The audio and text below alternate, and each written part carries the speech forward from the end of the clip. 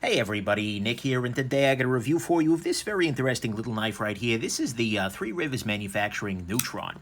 First off, in the name of full disclosure, I bought this guy directly from TRM. I mean, I paid full price and whatnot, but I should probably still let you know that because they know who I am, and I guess we do have to assume this would be the best quality controlled TRM Neutron ever.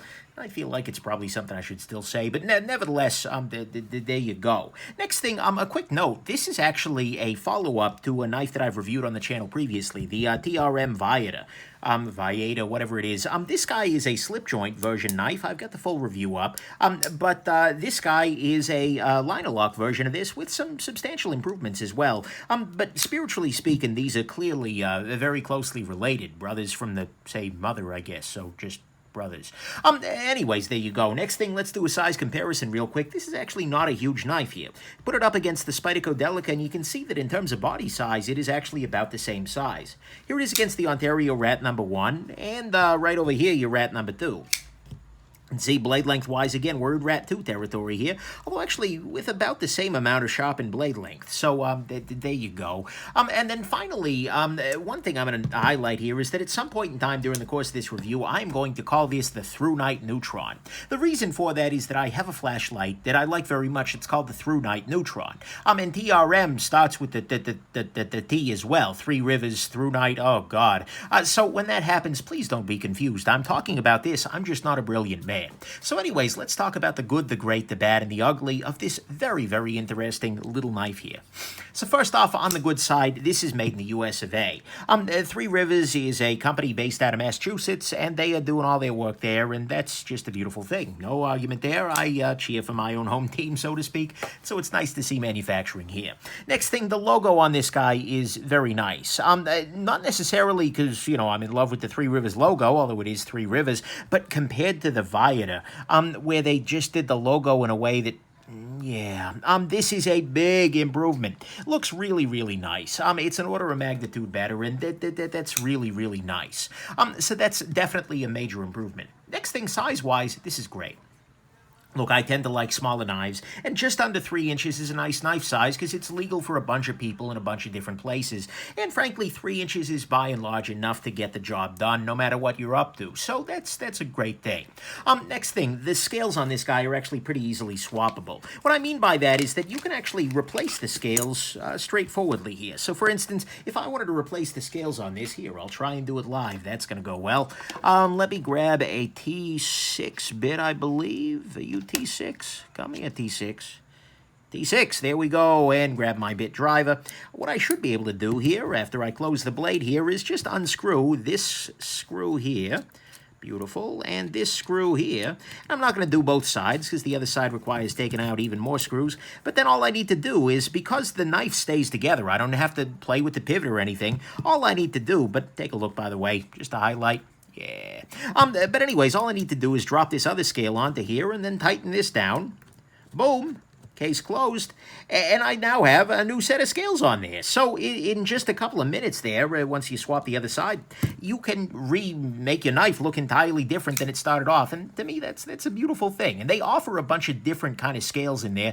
You know, anywhere between like $16 and $20 or so. I opted for the carbon fiber. I'll talk a little bit more about why later on, but it's really cool. And they also offer nice patterns. Like I like that they're going all in on the atomic idea there.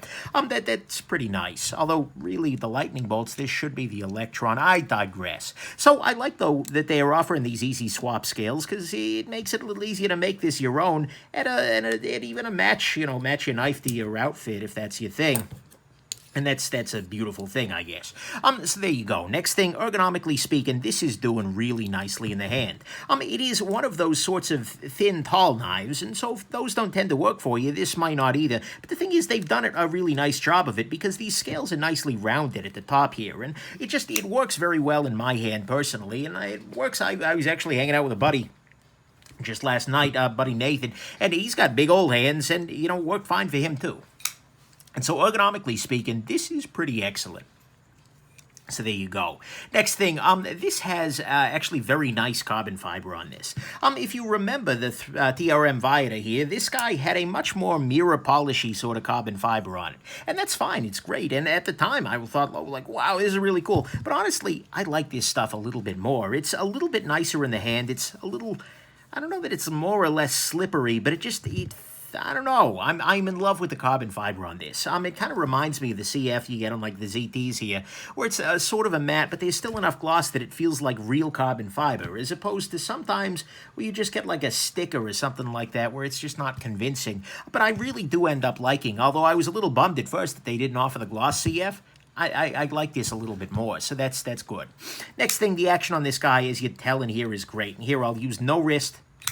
Absolutely easy to fire out using your thumb there, and it's actually ambidextrous studs and ambidextrous clips, so although it's not an ambidextrous liner lock, it is still very lefty friendly. That's a great thing. I'm absolutely loving, whoops, that was me, not it, but I'm absolutely loving the action here. One other thing to note, though, is that this is on phosphor bronze washers. It's not on bearings, which is really nice, just because, washers tend to be a little bit more, well, they're a little more resilient. You know, washers don't collect gunk as easily, etc. So the fact that it is this damn smooth on the washers, and by the way, just absolutely, it's great, is absolutely wonderful. And the fact that it's got these thumb studs here, which have a nice mix of smooth on the top, but they've also got the little tiny bit of ridge here, which makes it very easy to kind of capture, at least with my thumb, this little area between the fingernail and the tip of it's beautiful. The action on this guy is 100% reliable and frankly very enjoyable, so that's good.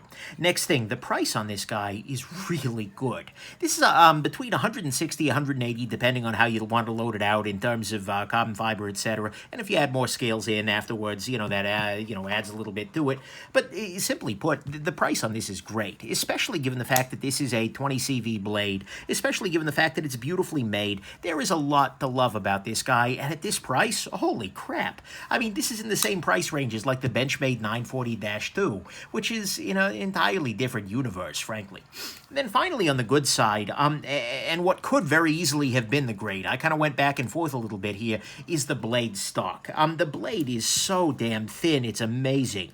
The blade here is 0.85, 0.86, someplace in that. The stock here is very, very freaking thin, is what to take away from that. If we compare the thickness to the Spyderco Delica, it's actually a little thinner than the Delica, even though the grind is just about as tall. And what that means is that this gets down to an edge that is very, very freaking keen. It is very sharp down there at the tip. This is not going to be what you're going to want to be doing if you're pry barring and tacticaling your way through the world, but at the same time, this slices like freaking crazy. And given that it's also 20 CV, sorry if you're hearing weird stuff, the wife's watching a movie that's really super loud in there. But whatever it is, this is a 20 CV blade, which is one of the best steels out there. They're running it at a nice hardness, etc. It strops up just beautifully, even after using this a fair amount. I actually used this guy for pretty much the entirety. You can still see box residue all over it because I've been moving lately, and this was the very first knife I received in the San Diego. But anyways, when I was moving, I used this guy a lot, and it held up well. And so this knife right here, with this very thin blade stock, with this very good steel, is just a reminder to the rest of the knife industry that, damn it, make your blades cut. With this thin stock, this is just a Reva-freaking-lation. Reva-freaking-lation, that didn't even work. But whatever it is, it's great, and I like that a lot. So to me, that's what's good here, is that it is a very thin blade stock. The price is really, really compelling. It's got a great action, nice carbon fiber, good ergos, easy swap scales, great size, and a much improved logo relative to the Viator there. And it is still made in the USA by a relatively small business. So that's great. What is actually great, or at least what I'm calling great here, is actually the fact that this is so damn nice to carry. This is a super thin knife. If we put this up next to the Spyderco Delica, you can see that the Neutron here is actually thinner overall in the body than the Spyderco Delica, which is sort of a paragon of carryability. And then coupled with that blade stock, this is just really, really nice, and it's also very lightweight. This is, I'll throw it on the scale here. This comes in at 2.3 ounces for 3 inches of blade. So absolutely 100%. This just disappears in your pocket. And when you couple it with a very nice clip here, which is, a straightforward toolish sort of clip that carries relatively deeply, God, this thing's easy to carry. This is one of those knives you put in your pocket and you just forget about it until you need a knife. Then you got a knife, then you put it back in your pocket and you forget about it again. It is great, great, great to carry, and I fell in love with that. Absolutely 100%. So, although it was kind of a toss-up to me as to whether I was going to call that the thin and lightness great or the thin blade stock, either way, it's great. And so, to me, that's what's great here, is the thinness and the lightness here. On the bad side, a couple of little issues. To start with, blade length. This guy is coming in at 3 inches. They say it's like 2 7/8. But the thing is, as I'm measuring this guy, depending on how exactly you want to measure, this could be probably, if the cop was suitably angry at you, they could call this 3 inches and probably be, almost okay about it. I kind of wish they dialed the length back just a little tiny smidge, just to make sure that it's uncontroversially under 3 for people dealing with a stupid 3-inch law there. Next thing, unfortunately, as you saw here, this is still using a couple of different screw sizes here. You've got T6 for those guys as well as for the clip screws. You've got, I believe it's a T10 pivot. Let's check here. Yeah, that's going to be a T10 pivot. And then you also have a Phillips head screw underneath there, or actually 3 of them. Okay, whatever, it's not a big deal, but it's still, guys could use more screws. They dialed it back from the Viator, which had even more than the clips with T8, but still, guys, holy crap. Not a big deal really at all, but it is certainly going to be a deal for some people. Next thing, the G10 on this guy. I pulled this guy out, and unfortunately, although I got it with the G10, because I think this is a really cool design pattern, I very quickly took the G10 off of there, because the G10 on this guy is relatively grippy. And unfortunately, with this clip on there, this was a little bit hard to get into and out of the pants, especially given the fact that there's, you can grab the top here, but you're kind of grabbing onto these screws here and then the smooth. And so I did struggle a little bit with carrying this guy with the original G10 on there. I'm sure I could have made that a little bit better had I just done a little bit of sanding down here. And by the way, sand G10 only with a respirator or underwater. G10 is nasty stuff when you start to sand it. Nevertheless, by the way, see the contouring on the scale here just to make sure the lockbar clears? Nice. But the G10 was just a little bit grippy, and so although I liked the pattern a lot, I didn't like the texture a lot. I'm glad I went carbon fiber on this guy. Then finally, on the bad side, the availability on these guys is very... for lack of a better term, it's batchy. They make these guys in small batches, as they probably need to. And then they go for sale, and they sell out in, 2 seconds or whatever. And then you wait another couple of months for the next batch to hit.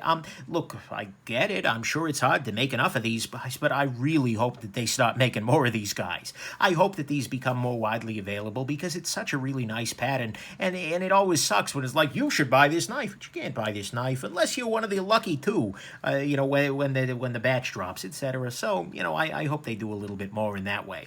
But to me, that's the bad. Is that the availability is very low because they're sold in these smaller batches. The G10 is a little bit grippy for the clip, at least in my estimation. It's using T6, T10 as well as Phillips head, and they're flirting with that 3-inch line in a way that could be illegal for some people if the cop's really mad at you. But that's the bad, and ugly-wise... Honestly, there's nothing ugly here. So, final conclusions, I freaking love this knife. This is really, really good. It's thin and light enough that it's a joy to carry. It's absolutely great in the hand, ergonomically speaking. It's customizable both cheaply and easily by swapping those scales around. The blade stock is thin enough to make this an incredible cutting tool. I mean, seriously, this cuts like crazy. And if you've not handled it, I mean, if you're in a world populated mostly by modern pocket knives with this incredibly thick blade stock and very thick grinds, you're going to pick something like this up and you're just going to be like, whoa, I didn't even know it could be like this. And it can, because they're using the right thickness stock. But no, I love that. And the thing is, the price on this guy is basically amazing. It's $160 for a 20 CV liner lock on real washers made in the USA. And it's using one of the best steels around. It's got a really nice tool. It's got this beautiful American-made construction. I mean, this is absolutely offering substantial value. I mean, you would be hard-pressed to find better bang for the buck in a made-in-the-USA knife. Seriously, this is well done. Sure, there are a couple of little tiny tweaks that they could make, and the 3 inches is probably not going to be enough blade for everybody. Maybe they'll go 3.5 down the road. The Mega Neutron, the entire freaking atom, the TRM entire freaking atom. There you go, that one's free. Have fun. But anyways, and of course they're going to need to make a few damn more of these guys, but the thing is, this is just a stellar knife and an absolute freaking gem. It's a shining gem. I like this knife more than I've liked a lot of knives in the past here. And maybe I'm just biased because this does a lot of things that I love well. It's small, it carries really well. It's a knife that remembers that knives are supposed to cut things. And the price is not just like competitive, like, yeah, the price is good. No, the price is really freaking good.